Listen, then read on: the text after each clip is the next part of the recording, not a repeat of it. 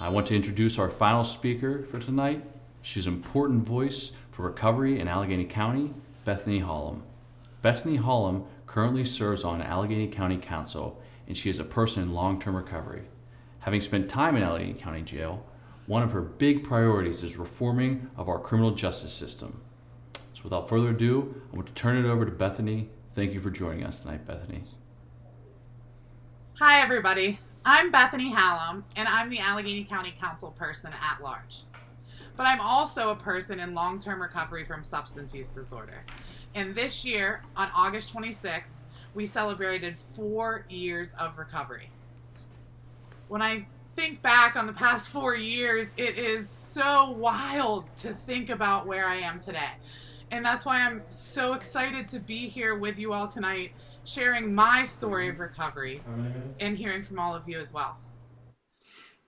So a little over 4 years ago, I was sitting in a jail cell in the Allegheny County Jail.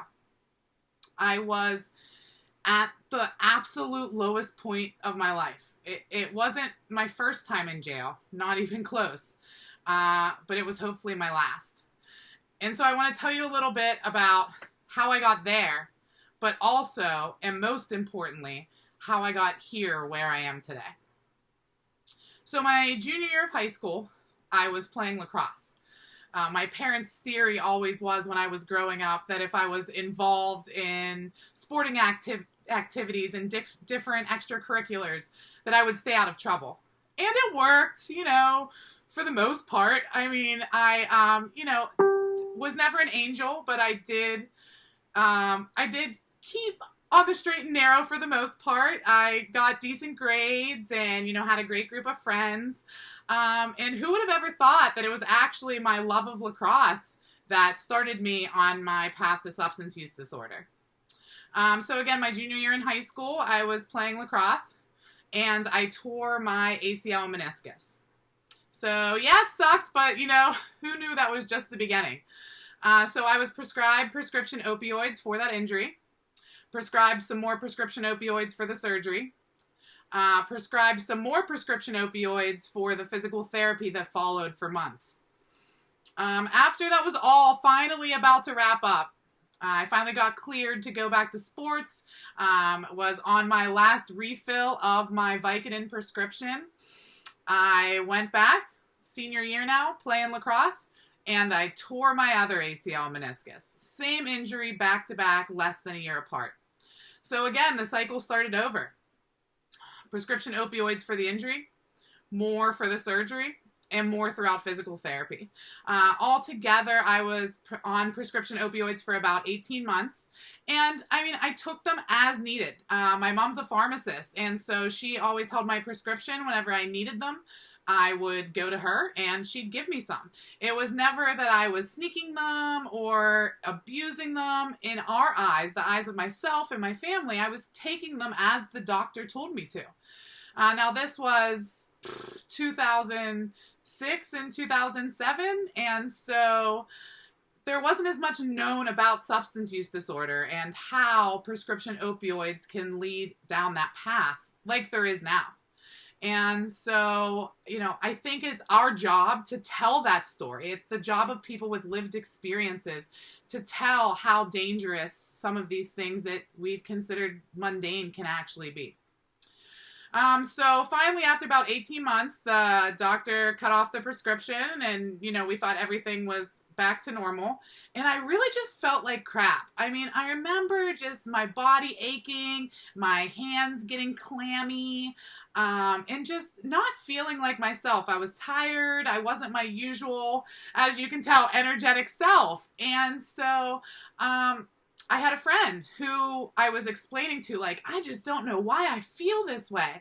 And he said, "Oh, you're going through withdrawal. Here, take this." And he handed me a prescription painkiller, but it was not my prescription. And so that was really the start of my path towards substance use disorder. That was really the beginning of my experience.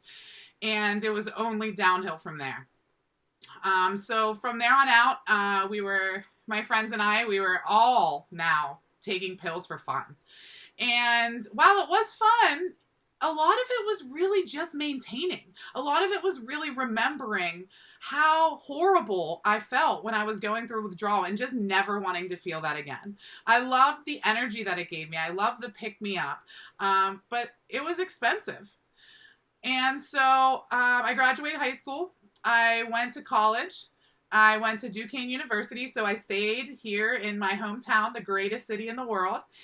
And because I was in the midst of that battle when I went to college, the people that I met in college, the friends that I made, were folks who were also taking drugs as well. And so that was the group I fell into, and that became my routine. I would wake up in the morning, I'd use drugs, I'd go to class, I'd get out of class, I'd use more drugs so that I could go to work. I worked a full-time job all through college so that I could make money to support my drug habit. And then, again, get off work, have money, buy more drugs, use them, wake up in the morning, and I'd start the process all over again. And it got to a point where it wasn't even conscious. It was just such a routine that this is just what I do. And if I don't do this routine, if I miss a day of work, or if I, don't perform at work and don't make enough money, then I don't have the money to last me to get through the next day.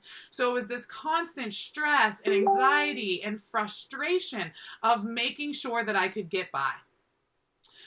So after a couple years in college in this maintaining in this cycle, I gave a friend money to go get me some pills, and they came back with heroin. And it really wasn't even a thought that crossed my mind like, oh, it's heroin. It was just, oh, okay, this is going to serve the same purpose. I hate hearing from people without lived experiences who think it's like, oh, this was a choice that people make. It's not a choice that you make. It's surviving. And it's maintaining, and it's getting by to the next day and hoping that there's a next day. And so from there on out, heroin was my life. It was my family. It was my friends. It was my partner. It was everything that I did revolved around heroin. And, I never, ever expected anything good to come of my life. I was in and out of rehab, in and out of jail. Multiple interactions with law enforcement that didn't result in jail. I lost my driver's license for a total of 10 years. I actually just got my license back this summer for the first time since I was a sophomore in college. And so it's just, a lot of it was a blur because, again, I was, actively using drugs all day, every day. I was told heroin was cheaper, but so quickly it became even more expensive than pills ever were because of the amount I was having to use to maintain the level that I needed, that I was used to. And so around 2014, I fell asleep in my car. I nodded off in a parking lot with my car running. I woke up to the Westview police pounding on my windows, shining flashlights in my eyes. Apparently the gas station manager thought I was dead, tried to wake me up and couldn't. And so that was the first time I, ever got any serious charges. And by serious, I mean, more than something that I wasn't going to be able to just talk my way out of, something that I wasn't going to be able to just walk away from a night in jail, and something that I wasn't going to be able to just get some community service or pay a fine and it would be over with. And so again, at this point, my relationship with my family was so strained. I had stolen my mom's engagement ring and sold it for drugs. I had repeatedly stolen my brother's video games and electronics and sold them for drugs. I had lied to my parents over and over again to the point where I wasn't even welcome at my house. Sometimes when it was cold, I would sneak in through a window in the basement just to have somewhere to sleep because I wasn't allowed to be there. I was living in a car, at a rest stop, at Walmart parking lots, anywhere just to have somewhere to sleep. And so this DUI I thought was going to be my wake-up call, right? Okay, Bethany, you're in kind of serious trouble now. Again, it was just like anything else. I woke up the next day and went right back to my routine. So about... throughout all this time, I was talking about rehabs and treatment and, just doing whatever I could, to please my parents, to try to bridge those relationships. And it got to a point where I was prescribed Suboxone as part of a recovery process. I never used the Suboxone, but I did sell it to support my heroin problem. And so little did I know, 8 months later, I'm on house arrest for that DUI that happened. And I'm sitting outside smoking a cigarette before I went to work. And all of a sudden I hear a car wreck. And so I walk out my street. I live on like a double dead end, okay? Walk out to my street. I'm back at home at this time. And I see two police cars wrecked into each other on the corner of my street. And I'm kind of like, you know, how do you even manage that? And before I could think, hey, maybe they're here for me, I hear them screaming my name and running up to me. They arrested me, took me to jail, never told me what I was being arrested for, only told me that they were the DANET, the drug task force. And so I sat in jail. And this was the real wake-up call, little did I know, because this was the first time that I was sitting in jail with, you know, no bail, because I'm on probation, right? I was on house arrest. You know, all the money in the world, all the pleading, crying to my family wasn't going to get me out this time. I had a detainer, and I was really, you know, at the mercy of my probation officer.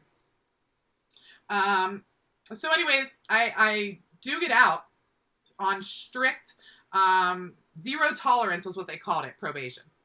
I get out waiting for trial for this case. I go to trial, and I had, you know, I come from a great family, you know, middle-class family in the suburbs, so they had the money to afford a lawyer. My parents got me a fantastic lawyer, and my parents, because of their support, I was ended up, you know, charged with multiple felony counts, multiple misdemeanor counts, because we ended up finding out that I sold my Suboxone to a police officer, an undercover police officer. You always say, how could anybody sell drugs to a cop? You know, how dumb could you be? But you say that until it happens to you. And so anyways, I ended up getting that because of that lawyer. I got the felonies were dropped. I ended up taking a plea deal to a misdemeanor possession charge. And again, zero tolerance probation. I was still using through all of this time. I just wasn't ready yet. And so for about 8 months until August 26th of 2016, I was cheating my weekly drug test by using someone else's urine. And on August 26th of 2016, the other person's urine failed. And I was taken straight to jail. And this time it was a wrap. I had had all my chances. And I was stuck there.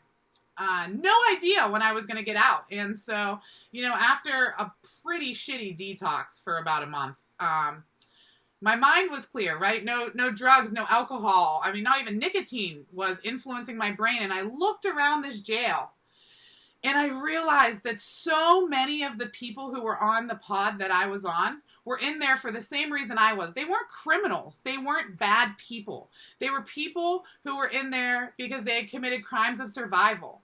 Whether that was possession of drugs to maintain a habit, whether that was selling drugs to maintain a habit or support a family, whether that was stealing from a store to feed their children, whether it was squatting in an abandoned house so they didn't have to sleep outside.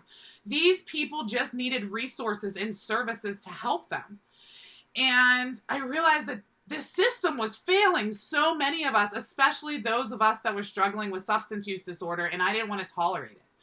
And I'd always had an interest in politics, but drugs were my whole life. I didn't really have time to get involved in the way that I wanted to. But if you remember what happened in 2016, presidential election happened when I was sitting in the Allegheny County Jail. And, you know, the results of that, to say the least, were not what I had expected and not what I had wanted. And so when I was released from the Allegheny County Jail in January of 2017, I was determined to do something. And I was so fortunate to have the best mentor in my life who had stuck beside me through the years of chaos that my drug use brought.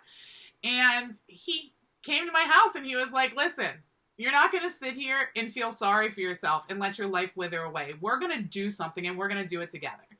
And it was really like that smothering of love and support from my parents, who now we were in family therapy together to work out our issues, to my mentor, who was like, you're not sitting there, gonna get up and we're gonna do something about this. We're gonna make sure that your life has the purpose that you deserve. You know, to my siblings who I had been such an embarrassment to for so many years, for a decade. And everybody was there to love and support me. And, you know, I get goosebumps right now just telling you all about it, because really that was the turning point for me. You know, as much as I think it was the jail, as much as I think that that was my rock bottom, it was really the love and support that started my process to recovery. So I went to the very first Women's March, downtown Pittsburgh, 2017, and I was just surrounded by so many people who were ready for change. And not a single person there knew about me or my past or my story, because it didn't matter. We were all in this together, and we were ready to fight to make the world a better place for everyone. And I know that sounds so cliche, but that is truthfully the motto that I live by every single day. You know, I often feel guilt about my recovery. I feel guilt that I get to experience this amazing life. And so many friends that I battled substance use disorder with along the way, so many of them are gone and don't have this second chance that I have. And so every day I'm going to use this second chance to fight for the people who don't have anyone else to fight for them. That's why I ran for office. And the reason I won was because I told my story. I was honest. I was upfront. I was me, myself, day in and day out. That was the most important thing to me during my campaign, was that I lived a life of lies for over a decade. And I was tired, and I was ready to stop doing that. So I was me. You know, I wasn't pantsuit stiletto female candidate. I was Bethany. I was ripped jeans, sneakers, and a t-shirt, going into these rooms with these experienced political operatives and politicians and establishment people. And I was being myself. And I was telling my story. And all I can ever hope is that by telling my story, that no one else has to struggle in silence like I did. That no one else has to lose their life to this horrible, horrible disease. I don't work a 12-step program, but I will never, ever, ever tell anybody else not to. I tried it. It doesn't work for me. It didn't. I tried it. Trust me, I wish it would have worked for me, but it didn't. But I have so many friends whose lives have been saved from 12-step programs. I have so many friends whose lives have been saved via a religion, via a church. But that's not for me. And that's okay. That's okay if that's not for you. That's okay if that is for you. What I'm here to tell you is that recovery is possible. I am walking, living proof that recovery is possible. 4 years ago, I was sitting in the Allegheny County Jail, and today I am the Allegheny County Council Member at Large. I represent 1.3 million people in the 7th largest legislative district in the entire country. And why do I have that? It's recovery. Recovery gave that to me. Recovery gave me my family back, gave me my friends back, gave me everything that I could have never imagined. Everything is because of my recovery. And I'm so excited to be here celebrating it with you all today. And I hope you all know that nothing is impossible. Your past does not preclude you from anything in your future. All that matters is that you believe in yourself and you have a method of recovery that works for you. And so I promise I will never stop fighting for any of you. I will never stop fighting for all of those friends that are still actively using drugs, and make sure that they have the protections that they deserve to ensure that not one more life is lost because of the disease of substance use disorder. And I think that by coming together at events like this, that we truly can end the stigma and work towards making sure that not another person is lost to this horrible disease. So thank you so much for having me here with you tonight, and know that the fight continues every single day. There's pain that uses you, and there's pain that you use. And the pain from my struggles is the pain that I use myself to power me through every single day. And I hope that inside all of you, you find a way to take that pain from all of your struggles, whether they were personal struggles or struggles of someone that you love so much, and you use that pain to make this world a little better for everyone who lives here. Thank you all for having me here tonight.